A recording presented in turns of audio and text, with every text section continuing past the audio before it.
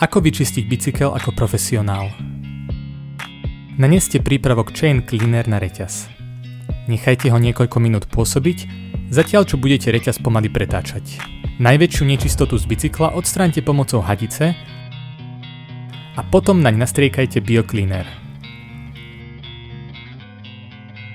Počkajte 5 minút a bicykel umyte.